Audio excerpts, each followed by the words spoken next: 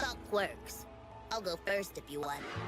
Obviously, I can jump high and cling to pretty much any wall.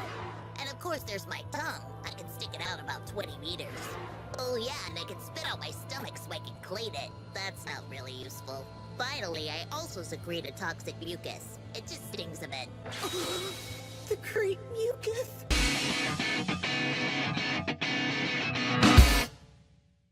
What's going on, everybody? Sean Ross here, and welcome back, guys, to my review for My Hero Academia manga chapter 196, which is entitled Make It Happen, Shinzo. And as you guys can probably already tell, I'm shifting around my video scheduling just a little bit to help incorporate and include the live reactions that I plan to do moving forward for every new chapter. So I'm going to be pushing back my MHA reviews to where they can coincide with the Viz translation that officially drops on Monday in Weekly Shonen Jump. So you guys can expect these reviews to drop on a Monday or Tuesday, depending on the time I have to sit down and record my thoughts. I'm just getting to this one rather later than I'd like to, just because this past Monday was Labor Day, and despite it being a holiday, I was in fact very busy and could not sit down and record my thoughts. But I am here right now, and I am ready to sit down, discuss, and talk about what transpired in this week's latest chapter, because right now we have the battle training exercise going on between Class A, Class B, and also throwing Shinzo into the mix. But the one thing that I am loving about this little arc that we are in with the battle training exercise,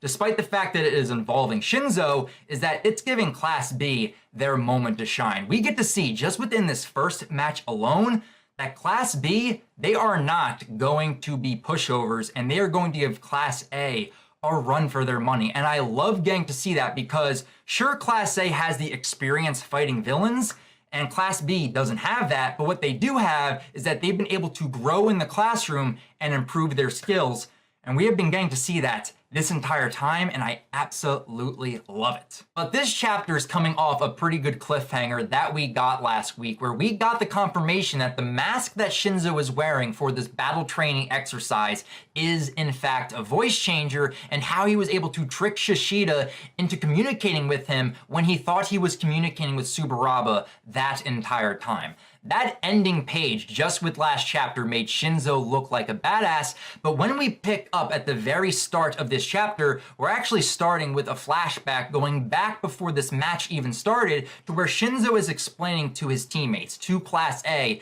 basically the ins and outs of how his brainwashing quirk actually works. And a lot of this information we kind of already know about Shinzo's quirk, but this is where we get to dive more in depth into the strengths, the weaknesses, and the limitations of Shinzo's brainwashing quirk, but also how his mask is going to help and strengthen his limitations and actually give him more of an advantage when he's actually out in the field during this battle training exercise. And I love the fact that while Shinzo is explaining all of this, we see Denki in the back trying to cover up his mouth because he is afraid of being caught under Shinzo's spell. It's a very subtle and very good comedic moment, but in all honesty, I would expect Denki to act that way after learning all this information about Shinzo's ability. And this is the thing that I really do like about this flashback with the first two pages, is that this is Horikoshi letting us know the limitations that Shinzo has with using his quirk. And we come to learn some new bits of information to where he needs to make his brainwash victims do very simple and remedial tasks, to where if they use their brain at all while under the brainwashing spell, they will snap out of it. So they need to do very simple tasks that does not require any brain power. And he also goes on to explain that if he uses a microphone or megaphone, it will distort his voice too much to where the brainwashing won't even work, which goes to also explain that the mechanism that his mask is made of is different than a microphone or a megaphone. But one piece of information that I was really glad got resolved for me in the Viz translation was this piece of dialogue right here, where he states, brainwashing multiple targets at once is probably impossible. Though I haven't tried it, it would split my focus too much. This right here always brought me back to the sports festival when we were first introduced to Shinzo, because I remember during the obstacle course race and during the cavalry battle, he had multiple people under his brainwashing spell, but we just didn't know if he did each person individually or if he just brainwashed them as a group. And with this information right here, we can kind of see he probably went up to each individual person and then brainwashed them. He did not get them in a group of 3 to 5 people and then just cast his spell over them. Though that would be pretty powerful if he was able to do so. And that's where I begin to ask the question, Shinzo has not really practiced his quirk all that much. What if Shinzo was able to strengthen and grow his brainwashing ability? He has not been a part of the hero course at all. He's trying to get into it. So imagine if Shinzo actually was a part of Class A and he went to the training camp arc to expand and grow his quirk. A lot of these limitations that he has right now, he could probably strengthen them and get rid of them altogether. He could probably improve his quirk to where he can have them use a little bit of brain power from time to time. And maybe if he actually did strengthen his quirk to a certain extent, he could possibly brainwash 3 to 5 people at once. And that would be amazing if Shinzo was able to do that. It's these 2 pages right here that kind of makes me ask a lot of questions on the possibilities and growth that Shinzo could have if he does get in to the hero course. But we will just have to wait and see if Shinzo does in fact transfer into the hero course once this arc is over. But moving forward in this chapter, we end up leaving the flashback and we go back to the present with the fight going on between Class A and Class B. We see that Shishida is still brainwashed, but we also see that Shinzo is moving in and he's activating the Aizawa scarf. And this had me very excited because I wanted to see what type of moves Shinzo had and what he learned under Aizawa. But we're gonna have to wait just a little bit longer because Shinzo was a little too slow on the uptake. I guess he forgot that Tsuburaba was also on Shishida's back. Tsuburaba ends up capturing Shinzo in his air prison. Tsuburaba ends up smacking Shishida on the back of his head, getting him out of the brainwashing and getting him back in action. And it's here where we see Kaminari lunge into the battle to go up against Shishida. But at this moment, we just see the beast unleash a mean left hook and he just slaps Kaminari right into the side of one of the buildings. But it's at the moment of contact between Kaminari and Shishida, Denki ended up letting off an electrical discharge and Shishida was in for a really big shock. So he is reeling from the electrical discharge, but moments before that took place, Tsuburaba knew that was going to happen. And so since he didn't want to get shocked, he just leaped up into the air and just allowed Shishida, even though he warned him, to get shocked in the process. But as Tsuburaba is up in the air, we just see a tongue come out of the distance and we come to see that Tsu has now captured Tsuburaba and is now hopping towards their base in order to capture him. But Shishida, the beast, is following right behind her. And this leads into an awesome double page spread showing us the pursuit. But it's right here where I want to give major props to Koda during this chapter. And to me, he's kind of the secret MVP with what I got to see displayed from him during this chapter. We all know that we do not get a lot with Koda's character. The last time we got some big developments with Koda as a character was back during the final exam arc. But with what he displayed right here, you should just like sit back and be impressed with what he actually displayed us with, because we see him breaking out of the solid air prison that is very tough material to break, because it is emphasized later on in this chapter by Tsu that she's amazed that Bakugo was able to break this, and most likely Tsuburaba made the material tougher. So the fact that Koda was able to break out of it with his own strength goes to show that Koda is strong, but I love the fact that we also get to see him using bugs where he overcame his fear back during the final exam arc, and he is using them without hesitation. I love getting to see that, but then also as we see Shishida holding on to Koda, he's fighting back. He's not just, in the arm, just basically accepting his fate. He is doing his damnedest, punching Shishida's arm, trying to break free, and I love getting to see that. So if you guys take anything away from this latest chapter, I do kind of hope that you guys look at Koda and say, wow, we got some good developments from him back during the final exam arc, and they are kind of paying off here.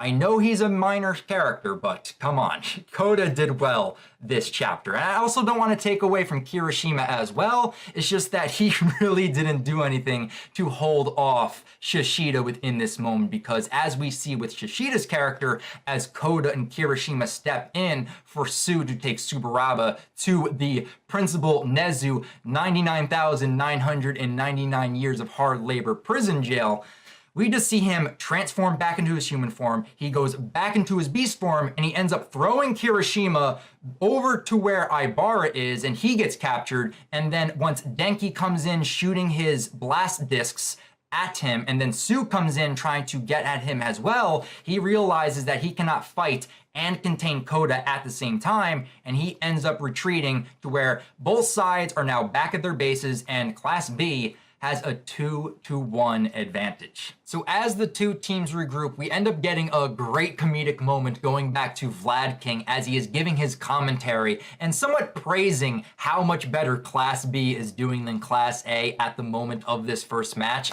And this ends up leading into Class A leading a protest, wanting Vlad King to be neutral in his commentary. This by far is my favorite panel of this entire chapter, and it's just a really good comedic moment. But we also do get some shots of Aizawa being very stone cold as he's just waiting to see what Class A, but also what Shinzo is going to do moving forward. And we also come to see that Deku is taking notes in his notebook, realizing that Shinzo does not have the reaction speed to be on the front lines, and in order for Class A to win out in this match, they need to utilize Shinzo and give him the advantage that he needs. But Sue also realizes that they have not been utilizing Shinzo to the best of his ability. She knows that right before this match started, they spent too much time learning the ins and outs of Shinzo's quirk that they did not have enough time to actually come up with a game plan. So now with all that said and done, she basically regroups with Kaminari and with Shinzo, and she lets them know, I have an idea to where we can actually go up against Class B. And she ends up telling Kaminari, why don't you locate your target? Because she realized way beforehand when Kaminari launched his discs at Shishida, one of them ended up locking on. So now they actually know the exact location of Class B and their base, where they are currently regrouped. But then Sue begins to unravel her sleeve, and she reveals a slimy liquid coming off of her arm. The great mucus. This right here is an excellent callback going all the way back to Volume 2, back during the USJ when Sue was explaining how her quirk works to Deku and to Mineta. And this liquid is most likely the poisonous fluid that she is able to secrete from her body. So with these two variables now in play, Denki and everyone else is now running in on the location of where Class B is, but most likely with that liquid, Sue is most likely coating herself, Denki, and Shinzo in that liquid to mask their scent, so that way Shishida cannot decipher who is who, because Class B knows who the real threat is. They do not want to run into Kaminari. They want to try to take out Shinzo and Sue and try to avoid Kaminari as much as possible. But as we see with Shishida, as he's sniffing the air trying to find out their locations, he ends up telling the rest of his team, we've got 3 Asuis heading for us. With Class A masking their scent, it is now a gamble for Shishida and Class B to go after any one of these Asuis, because they don't know if it's going to be the real Asui or if they're going to run into Shinzo or to Kaminari. This right here is an excellent plan because it just takes out that extreme sense of smell that Shishida actually has. But if you look at the panel with the 3 Asuis, you can actually distinguish which one is the real Sue and which ones are the fake one. The left one is in fact Shinzo because he has no damage on his body. The center one is Kaminari because this Sue has a bruise on the right side of his face, and if you look throughout this chapter, you can see that Kaminari has the same bruise on the right side of his face, and then the very right one is the real Sue because she has a bruise on the left side of her face, and that is how you are able to distinguish these 3 Asuis and find out which one is the real one. Very nice attention to detail by Horikoshi by keeping those injuries on the Froppys. But leading into the final panel of this chapter, we just get to see Aibara stretching out her hair vines in every single direction, and she is ready to dish out some punishment and some lashings on the incoming sinners. And that is the cliffhanger we are left off on with this chapter. But I am very excited to see what we get in chapter 197, because if Aibara runs into one of the false Froppys, we could possibly have a Kaminari versus Aibara rematch, and if we end up getting that, I will be very satisfied, and I kind of hope to see Kaminari come out on top, and maybe he won't be distracted this time by the good, dashing good looks of Aibara. So I have been really enjoying the start of this battle training arc, and if Horikoshi spends about 3 to 4 chapters with every single battle, I am going to love this arc, and I'm also very curious, as we are approaching the 200 chapter mark, if Horikoshi is going to give us anything special. So with that, guys, that is my review on chapter 196 for My Hero Academia. But now I definitely want to hear your guys' thoughts on this latest chapter. What were your positives? What were your negatives? Do you guys want to see a Kaminari versus Aibara rematch? And who would you like to see win this first match? Class A or Class B? Leave your thoughts down in the comments below, guys. And if you guys want to talk more about My Hero Academia outside of YouTube, feel free to follow me on Twitter. A link to my Twitter account can be found in the description down below. But that's going to do it for me here, guys. So until next week, when we have chapter 197 for My Hero Academia, I'll talk to you guys next time. But remember, go beyond plus ultra.